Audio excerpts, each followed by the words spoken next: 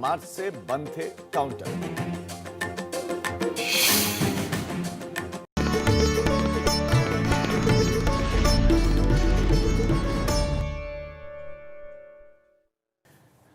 नमस्कार, स्वागत है आप सभी का। आप देख रहे हैं उत्तराखंड प्राइम। आपके साथ मैं हूं राजीव ढौंडियाल। केदारनाथ धाम की यात्रा शुरू करने को लेकर स्थानीय व्यापारी विरोध कर रहे हैं। व्यापारियों का कहना है कि उनके साथ प्रशासन की मीटिंग में यह तय हुआ था कि यात्रा 30 जून तक स्थगित रहेगी, मगर केदारनाथ यात्रा को शुरू किया जा रहा है, जो कि गलत है। उधर यात्रा को लेकर स्वास्थ्य महकमे की तरफ से तैयारियां शुरू कर दी गई हैं, लेकिन व्यापारियों ने ये आरोप लगाया है कि प्रशासन के साथ जो बातचीत उनकी हुई थी, जो मीटिंग हुई थी, उसमें तो ये तय हुआ था कि 30 जून तक यात्रा स्थगित रहेगी, किसी तरह की कोई गतिविधि श्रद्धालुओं की नहीं होगी। लेकिन यहाँ तो यात्रा को शुरू कर दिया गया है स्थानीय लोगों के लिए। तो केदारनाथ समेत चारधाम यात्रा स्थानीय लोगों के लिए शुरू की गई है और बाहर से दूसरे राज्यों के लोगों के लिए अभी तक इसकी इजाजत नहीं दी गई है। देवस्थानम बोर्ड ने यह निर्णय लिया है और अब व्यापारी इसके खिलाफ। जो यात्रा से संबंधित जिले हैं, चाहे रुद्रप्रयाग हो, चमोली हो, उत्तरकाशी हो, इन लोगों के स्थानीय लोगों के साथ, तीर्थ पुरोहितों के साथ, व्यापारी और टैक्सी यूनियन के साथ जो राज्य सरकार की वार्ता हुई, इसमें एक निष्कर्ष निकाला गया था कि जो यात्रा है उसे फिलहाल 30 जून तक स्थगित किया जाए। इसमें सब लोगों की एक राय है, जो स्थानीय जनता है सबकी एक ही राय है कि फिलहाल यात्रा बंद की जाए। लेकिन अचानक से राज्य सरकार द्वारा यात्रा को खोले जाने की सूचना आ रही है, उसका हम सभी स्थानीय लोग विरोध करते हैं। एक बार सरकार से इस पर पुनर्विचार करने की मैं अपेक्षा करता हूं। अपने अगर यहीं से करना है तो फिर कोविड से और ये करके उसके लिए तैयारी हम कर रहे हैं कि कैसे करेंगे। और बाकी जो स्क्रीनिंग का है पार्ट, या वहाँ रहने का है, या ऑक्सीजन सप्लाई का, दवाई सप्लाई का, या सामान के लिए है, तो इसमें हमको दिक्कत तो आएगी। लेकिन हमारे तरफ से ऐसा नहीं है कि अगर शासन ने निर्णय लिया है तो पूरे हम तन मन से करेंगे। और रोहित डिमरी हमारे संवाददाता इस खबर पर और ज्यादा जानकारी आपको देंगे। रोहित, पहले जो मीटिंग हुई थी उस मीटिंग में क्या हुआ था जिसका हवाला दिया जा रहा है? व्यापारी जिस मीटिंग का हवाला दे रहे हैं, उस मीटिंग में क्या हुआ और उसके बाद अब जो निर्णय देवस्थानम बोर्ड ने लिया है, इस ऐलान के बाद, इस निर्देश के बाद ये हैरान क्यों है व्यापारी?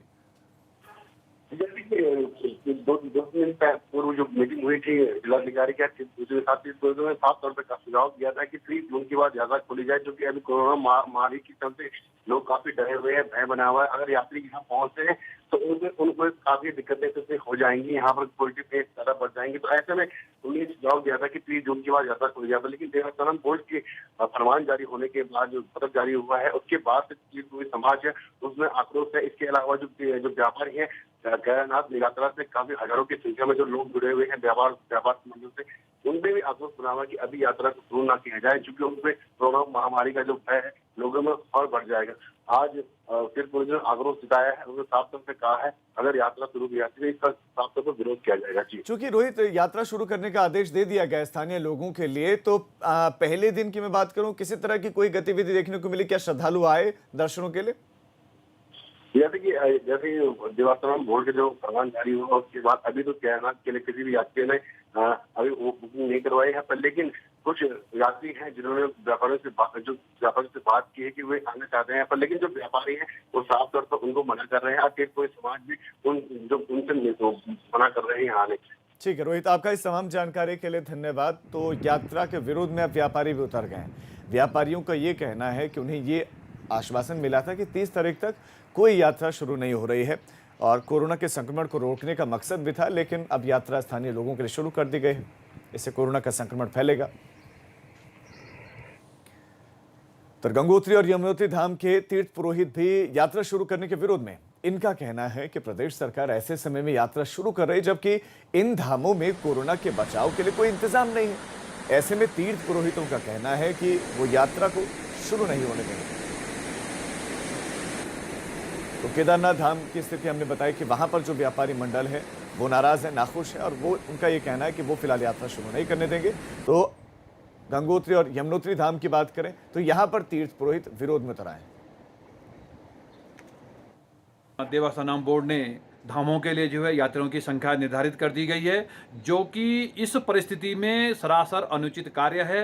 एक और जो है प्रदेश में संक्रमण जो है बढ़ता जा रहा है और उत्तराखंड सरकार ये गलत निर्णय लेकर के इस कोरोना को जो है धामों में पहुंचाना चाहती है। और हमारी जो सिर 5 मंदिर समिति गंगोत्री में है, हमारा देवस्थानम बोर्ड से कोई लेने देना नहीं है। और संवाददाता दिग्बीर बिष्ट इस खबर पर और ज्यादा जानकारी के साथ जुड़ गए हैं। दिग्बीर, जो तीर्थ पुरोहितों का बयान हमने अभी सुनवाया दर्शकों को, उसमें दो बातें थी। एक तरफ तो देवस्थानम बोर्ड को लेकर नाराजगी थी कि उसके आदेशों को हम नहीं मानते, और दूसरा वो अभी यात्रा शुरू करने के पक्ष में नहीं है क्योंकि कोरोना का संक्रमण है। तो दोनों ही बातें देखने को मिल रही हैं। जी राजीव, आपको बता दूं, ये बिल्कुल सही बात है कि जिस तरह से एक कोरोना महामारी का जो मामले हैं लगातार बढ़ रहे हैं, और दूसरा जो यात्रा को लेकर है, जो गंगोत्री यमुनोत्री पंडित समाज है, इन्होंने जो यात्रा को लेकर बिल्कुल विरोध किया है। इनका जो कहना है कि जिस तरह से कोरोना महामारी है और उस तरह से जो बाहर के लोग आएंगे तो कहीं ना कहीं संक्रमण ज्यादा होंगे, तो कहीं ना कहीं ये देखा जा रहा है। तो इसे लेकर जो देवस्थानम जो आदेश निकाले हैं, जिस तरह से उनका जो कहना है कि इस तरह से यात्रा खोल दी जाएगी, तो कहीं ना कहीं इसमें जो उनका जो कहना है, तो वो लोग इस चीज का विरोध कर रहे हैं। तो ये उनका कहना है कि जब तक ये महामारी खत्म नहीं होती तब तक जो कि धामों की कपाट धामों में श्रद्धालु नहीं आ पाएंगे, तो कहीं ना कहीं इस बीमारी से बचा जा सकता है। जी दिग्बीर, आपका इस तमाम जानकारी के लिए धन्यवाद। तो तीर्थ पुरोहित की हमारे साथ किसी तरह का कोई संवाद नहीं है, यात्रा शुरू करने का ऐलान कर दिया गया और इसके विरोध में तीर्थ पुरोहित अब उतर आए हैं। देवस्थानम बोर्ड का पहले से शुरुआत से विरोध कर रहे हैं कि ये उनके अधिकार क्षेत्र में सरकार की दखलंदाजी है, तो दूसरी तरफ अब वो यात्रा शुरू करने के पक्ष में भी नहीं है।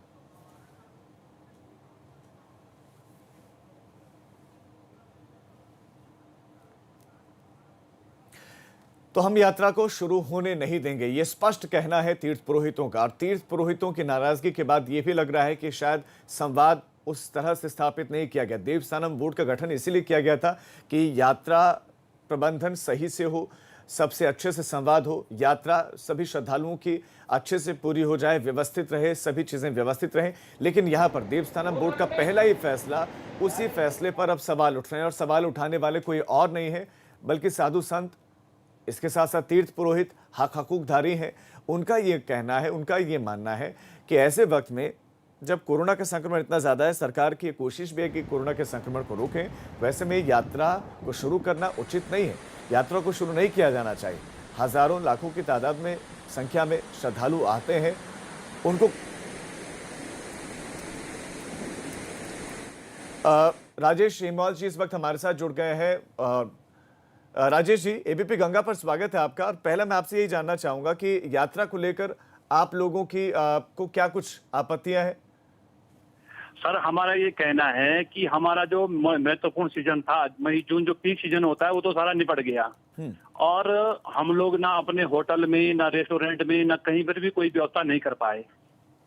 ठीक। तो अब व्यवस्थाओं को जुटाना किसी उसमें नहीं है, क्योंकि यात्री जब आएगा कम बहुत न्यूनतम स्तर पे आप स्थानीय लोगों को भेजेंगे तो हम व्यवस्था कैसे जोड़ेंगे इतना पैसा खर्च करके?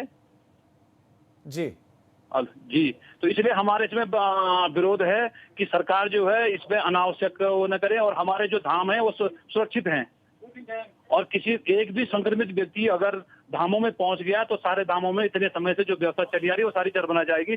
किसी पुजारी को संक्रमित हो गया तो उसका फिर इलाज कैसे होगा? पूजा हमारी सारी बाधित हो जाएगी, वो 20 दिन के लिए आइसोलेशन में चले जाएगा, पूजा कौन लगाएगा? आप कह रहे हैं कि राजेश जी व्यवस्थाएं नहीं, अगर सरकार व्यवस्थाएं दुरुस्त करती है, वो ये दावा करती है कि हम सारी व्यवस्था कर देंगे, उसके बाद क्या आप पक्ष में होंगे? सर मेरा ये कहना है कि गंगोत्री में कोई भी यात्री आता है तो वो तीर्थ विधान करने आता है, वो मामूली माथा टेकने नहीं आता, वो तीर्थ विधान करने आता है। गंगा मैया के पास आएगा, स्नान करेगा, वहां पर पूजा पाठ कराएगा, हाथ माथे पे टीका लगवाएगा, हाथ में रोली बंधवाएगा, दर्शन करेगा। इन सब चीज में हम सोशल डिस्टेंस तो बना ही नहीं सकते। और फिर गंगोत्री क्या है, या हमारे जितने भी तीर्थ हैं सब हाई एल्टीट्यूड में हैं। हम यहाँ मास्क का प्रयोग नहीं कर सकते, क्योंकि हम 2 मिनट में अगर मास्क पहन लेंगे तो हमें बहुत दिक्कत होती है। मास्क पहना, यहाँ हम जानते हैं कि 2 मिनट अगर मास्क पहन ले तो सांस की बड़ी प्रॉब्लम हो जाती है। तो ये बहुत बड़ी देहरादून में बैठ करके योजनाएं बनाना सरल क्या आपसे बातचीत की गई है सरकार की तरफ से या देवस्थानम बोर्ड की तरफ से? हमसे परसों एसडीएम साहब ने जिला प्रशासन के नाते वार्ता की थी, तो हमने उनको स्पष्ट रूप से कह दिया कि इस समय यात्रा को चलाना जो है बिल्कुल भी हितकर नहीं होगा, बिल्कुल भी जो है हित में नहीं होगा, इसलिए इसको स्थगित रखा जाए। और जब हमारा जनपद या उत्तराखंड में जो है स्थिति सामान्य होती है तो इसको खोला जाए, और फिर जैसे देश में सामान्य होता है फिर देश के लिए खोले। ठीक है, लेकिन ये इस समय जल्दबाजी होगी, बहुत जल्दबाजी होगी। मेरी समझ से परे है कि सरकार जो है क्यों ऐसा निर्णय लेना चाह रही है जिससे जो है संकट बढ़े। ठीक है, राजेश सेमवाल जी, आपका एबीपी गंगा के साथ जुड़ने के लिए बहुत बहुत शुक्रिया। तो श्री 5 मंत्री समिति से वो जुड़े हुए हैं और उनका ये कहना है कि सरकार का ये निर्णय उनकी समझ से परे हुए है। हाई ऑल्टीट्यूड है, सांस लेने में पहले समस्या होती है और मास्क वो लगा नहीं पाएंगे और सोशल डिस्टेंसिंग मेंटेन हो नहीं पाएगी अगर श्रद्धालु आते हैं तो।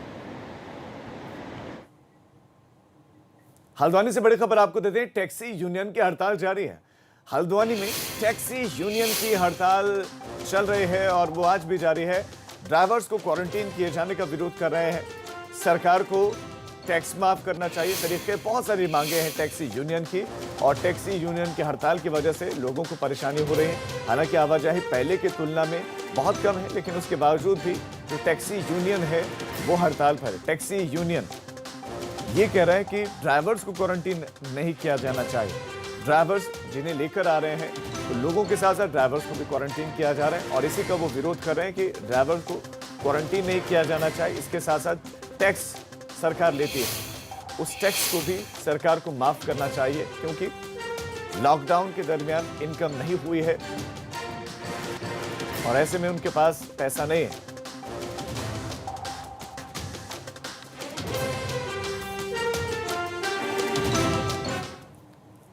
कॉर्बेट नेशनल पार्क की सीमा से लगे हुए ढिकुली गांव में मंगलवार को एक बाघ ने 2 मवेशियों को अपना शिकार बना लिया। ये बाघ शाम को इनमें से एक मवेशी को खींचकर जंगल की ओर ले गया और इस पूरी घटना का वीडियो एबीपी गंगा पर आप देख सकते हैं। बाघ मवेशी को किस तरह से खींचकर जंगल की तरफ ले जा रहा है, आप देखिए कितना भारी भरकम में मवेशी होता है और उसको ये लेकर गया है। ऐसे में इंसानी जिंदगी पर भी खतरा हर वक्त मंडराता रहता है, क्योंकि जंगल से सटा हुआ है, बच्चों पर हमले होते हैं, लोगों पर हमले होते हैं।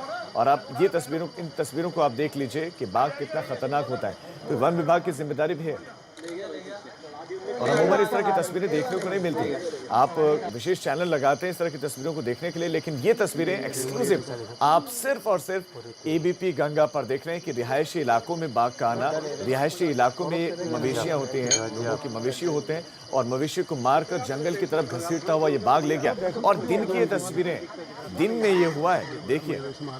तो जंगली जानवर भी हिचकिचा नहीं रहे, कतरा नहीं रहे। तो एक तरफ हाथियों की गणना चल रही थी और इस बीच में एक वनकर्मी पर भी हमला हुआ था। और इस तरह की घटनाएं होती रही हैं, ऐसा नहीं है कि कुछ वक्त के लिए रुक जाती हूँ, वक्त वक्त पर इस तरह की घटनाएं होती रहती हैं। और इस बीच में ये तस्वीरें आई हैं, रामनगर की तस्वीरें, कॉर्बेट टाइगर रिजर्व जो बाघों के लिए प्रसिद्ध है, और उन्हीं में से एक बाघ की ये तस्वीरें। उत्तराखंड सरकार के प्रवक्ता और शहरी विकास मंत्री मदन कौशिक ने कहा कि चारधाम यात्रा का फैसला तीर्थ पुरोहित और देवस्थानम बोर्ड की जिम्मेदारी है। यात्रा को लेकर जो वहाँ के हमारे स्थानीय पुरोहित हैं, पंडित हैं, उन सब का एक विरोध कहिए या एक सुझाव कहिए आया था कि वो चाह रहे थे कि हम चारधाम यात्रा को कुछ समय बाद खोलना चाहते हैं। इन सारी चीज़ों को देखते हुए ये सारा निर्णय बोर्ड के ऊपर छोड़ा है कि बोर्ड और वो सारे लोग बैठ के तय करें कब होनी है। फर्स्ट फेज में उन्होंने कहा कि हम जो संबंधित जिला है जहाँ चारधाम से संबंधित हमारे एक धाम है या 2 धाम है, उनमें यात्रा खोलने पर सहमति उन्होंने जताई है। सरकार ने भी इसको ओके। दूसरे फेज में अब क्या होगा, विद इन स्टेट कब खोलेंगे या बाहर से आने वालों के लिए कब खोलेंगे, ये एक विषय तब उनका आ जाएगा कि अब ठीक है हम खोल सकते हैं। उन्होंने सोशल डिस्टेंसिंग के लिए एक सीमित संख्या भी निश्चित की है। तो इस प्रकार से चारधाम यात्रा का शुभारंभ हो गया है, अब आहिस्ता आहिस्ता सबके लिए भी खुल जाएगी। और इस खबर पर रवि केंतुरा हमारे संवाददाता हमारे से जुड़ गए हैं। रवि, सरकार कह रही है कि बातचीत की है, व्यापारी कह रहे हैं, सभी पंडित पुरोहित कह रहे हैं हमसे किसी तरह की बातचीत नहीं हुई, और अगर बातचीत की है तो हमने तो विरोध जता दिया कि हायर ऑल्टीट्यूड है, मास्क नहीं पहन सकते, सोशल डिस्टेंसिंग का पालन संभव ही नहीं है। क्योंकि टीका भी लगाने आएंगे लोग, दूसरे धार्मिक कर्मकांडों को करने के लिए यहाँ पर आते हैं। तो ऐसे में बात किससे की गई? आपस में देवस्थानम बोर्ड के सदस्यों ने बात करके निर्णय लिया है या फिर हक हकूकधारियों से या पंडित पुरोहितों से भी बात की गई है?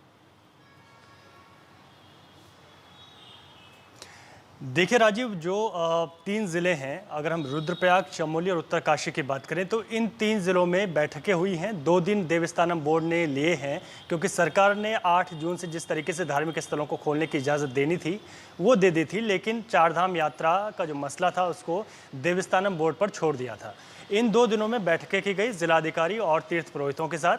उसके बाद इसमें ये आया कि सभी जो तीर्थ पुरोहित हैं, जो पंडा समाज है, वो ये चाहते हैं कि फ़िलहाल यात्रा को नहीं खोला जाए। लेकिन उसी दौरान सरकार का ये भी कहना है कि इस तरीके के सुझाव भी आए कि इसको सीमित संख्या में खोला जाए, और उसी वजह से ये निर्णय लिया गया है। एक चीज़ स्पष्ट हो गई है कि अभी जो यात्रा कर सकेंगे वो 3 ज़िलों के लोग ही कर सकेंगे। पूरा उत्तराखंड भी यात्रा नहीं कर सकेगा। ये स्थानीय लोग उन्हीं ज़िलों के होंगे जहां पर ये धाम स्थापित हैं। तो इस तरीके से जहां तक हम लगातार सुन रहे हैं, अपने दर्शकों को भी दिखा रहे हैं कि जो तीर्थ पुरोहित हैं, जो पंडा समाज है, वो लगातार इसका विरोध कर रहा है। यहाँ तक कि व्यापारी भी इसके विरोध में उतर आए हैं। तो कहीं ना कहीं एक बड़ा विडंबना इस बात की शुरू हो जाती है कि जहाँ पर देवस्थानम बोर्ड के द्वारा ये निर्णय लिया गया, तो ये एक पक्षीय निर्णय कैसे हो गया जब पूरी बैठकें ली गई, और उसके बाद जब अगर उन लोगों की सहमति नहीं थी तो उसके बावजूद ये एक जो यात्रा का श्री गणेश किया गया है, इसके पीछे की वजह क्या है? अब तो रवि, सवाल ये है कि यात्रा की क्या शुरुआत हम इनके कह विरोध सकते को हैं नजरअंदाज कि किया अभी गया? 3 दूसरा जिलों आगे क्या होगा? क्योंकि उनका विरोध तो बदस्तूर चल रहा है। वो कह रहे हैं ना हम पूजा करवाएंगे, व्यापारी अपने प्रतिष्ठान खोलेंगे नहीं, तो जो श्रद्धालु जाएंगे भी वो वहां पर जाकर करेंगे भी क्या? तो क्या इस बीच में कोई बीच का मसला, कोई हल निकाला जाएगा? तो सोच रही जी राजीव, देखिए बिल्कुल आप सही कह रहे हैं, क्योंकि पहले भी जब जिस तरीके से सरकार ने जब ये निर्णय दिया था कि आप जो है देवस्थानम बोर्ड ही इस पर अंतिम फैसला लेगा, तो उसके बाद भी तीर्थ पुरोहितों ने उसी दिन सरकार से गुजारिश की थी कि वो देवस्थानम बोर्ड को नहीं मानते हैं। ये मसला पहले ही कोर्ट में चल रहा है, और इसके साथ ही सरकार अपने इस निर्णय को, जो अभी कोविड की जो स्थिति बनी हुई है उसको देखते हुए वापस ले ले। लेकिन उसके बाद 2 दिन देवस्थानम बोर्ड ने लिए, जिलाधिकारियों के साथ बैठक हुई, पंडा समाज के साथ बैठक हुई, और निर्णय ले लिया गया कि 3 जिलों के लोग जो है इसमें यात्रा में शामिल हो सकते हैं। लेकिन वो जो विरोध उस दिन था जब सरकार ने ये जो है यात्रा की शुरुआत की बात कह दी थी, वो विरोध आज भी इन लोगों का देखने को मिल रहा है। सबसे बड़ी बात है कि अभी अगर स्थानीय लोगों को भी यात्रा अगर खोली जाती है तो सीधे सी गाइडलाइन है कि अगर कोई भी मंदिरों में प्रवेश करता है तो टीका नहीं लगाया जाएगा, भगवान की जो मूर्तियां हैं उनको नहीं छुआ जाएगा, सैनिटाइजर का जो है पूरा इस्तेमाल किया जाना है, और तमाम ऐसी चीजें हैं। एडवाइजरी तो है, लेकिन यहाँ पर अभी भी संशय बिल्कुल रवि बना हुआ है। आपका फिलहाल इस तमाम जानकारी के लिए धन्यवाद। तो उत्तराखंड के सभी जिलों के लिए यात्रा शुरू नहीं की गई, सिर्फ 3 जिलों के लिए, रुद्रप्रयाग, उत्तरकाशी और चमोली इसमें शामिल है, जहां पर धार्मिक स्थल स्थित है। सिर्फ वहीं के लोग, स्थानीय लोग इस यात्रा को कर पा रहे हैं। अभी आगे बढ़ रहे हैं। उत्तराखंड सरकार के प्रवक्ता मदन कौशिक ने यह कहा कि राज्य के पूर्व मुख्यमंत्रियों के बकाया राशि वसूलने के मामले पर सरकार अपना पक्ष रखेगी, क्योंकि हाईकोर्ट ने कहा कि भुगतान करना होगा सभी पूर्व मुख्यमंत्रियों को बकाया। क्योंकि ये जिस नियमावली के तहत ये सब हो रहा था वो उत्तर प्रदेश से ही लागू था, उसी के अनुसार राज्य बनने के बाद हमने भी किया। बीच में माननीय न्यायालय का एक निर्देश हुआ, उस निर्देश के क्रम में हम लोगों ने एक अध्यादेश के माध्यम से, बाद में अधिनियम के माध्यम से उस पर एक निर्णय लिया था। माननीय न्यायालय ने हमारे निर्णय को क्वाइस करते हुए और एक कोई अलग से निर्णय भी दिया है। आज वो निर्णय आ जाएगा, निर्णय आने के बाद उसकी हम विधिक राय लेंगे, और विधिक राय लेने के बाद तब आगे की कार्रवाई सुनिश्चित करेंगे। पूर्व मुख्यमंत्रियों के भत्ते की वसूली पर कांग्रेस ने चुटकी ली है। कांग्रेस का कहना है कि जब ये सभी नेता सक्षम हैं तो फिर इन्हें किराया देने में दिक्कत क्या है, कंजूसी क्यों कर रहे हैं? कर रहे हो भैया, चार्टेड प्लेन लेकर के आते हो, रोज आना, महीने में, साल में जो तुम्हारे ऊपर खर्चे होते हैं, अपना किराया आप नहीं दे पा रहे हो, जहाजों में घूम रहे हो, बड़े बड़े 5 सितारा होटलों में रह रहे हो, कोई गवर्नर है, कोई बहुत बड़ा लैंडलॉर्ड है, इतने बड़े बड़े लोग, इतने पैसे वाले लोग, कोई गरीब आदमी होता, फटीचर आदमी होता, बैलगाड़ी में चल रहा होता, ई रिक्शा में चल रहा होता, तो हम कहते चलिए माफ कर दीजिए भाई, बहुत सादगी वाले हैं। और आपको बता दें कि कांग्रेस के पूर्व मुख्यमंत्रियों का भी नाम इस सूची में है। एक छोटे से ब्रेक के लिए अब रुक रहे हैं, फौरन लौट रहे हैं।